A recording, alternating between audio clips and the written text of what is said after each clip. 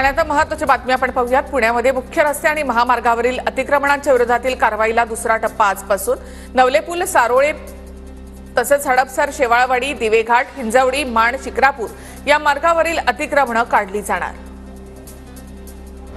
दादरच्या शिवाजी महाराज पार्क मैदानामध्ये धूळ नियंत्रणासाठी गवताची लागवड एमपीसीबीच्या निर्देशांचं पालन करून बीएमसी गवत लागवडीद्वारे जमीन हिरवीगार करण्याचं काम करणार। या प्रकल्पाचा अंदाजे खर्च 80 लाख रुपये येईल। पुणे बाजार समितीमध्ये फ्लॉवर कोबी ढोबळी मिरची शेवग्याच्या दरामध्ये घट तर हिरवी मिरची मटारच्या दरात वाढ। इतर फळभाज्यांचे दर स्थिर असल्याची व्यापाऱ्यांची माहिती। नाशिक शहरामध्ये फलक लावण्यासाठी आता महानगरपालिकेची ऑनलाईन परवानगी आवश्यक। 1 एप्रिलपासून अंमलबजावणी होणार। अनधिकृत बॅनरबाजीमुळे कर बुडत असल्यामुळे निर्णय। परवानगीसाठी नवीन सॉफ्टवेअर तयार करण्याचं काम सुरू। बीडच्या माजलगाव शहरामध्ये पुन्हा एक मारहाणीचा व्हिडिओ व्हायरल।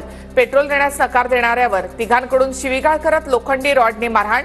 या प्रकरणी पोलीस ठाण्यामध्ये गुन्हा दाखल।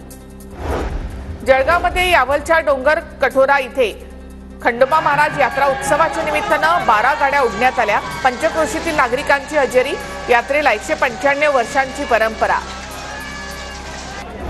चाळीसगावमध्ये अहिल्यादेवी होळकर सभागृहाचं भूमिपूजन। अहिल्यादेवींच्या जयंतीला त्रिशताब्दी वर्ष पूर्ण होत असल्यामुळे 2 सभागृहांची उभारणी। पहिल्या सभागृहाचं भूमिपूजन आमदार चव्हाणांच्या हस्ते संपन्न।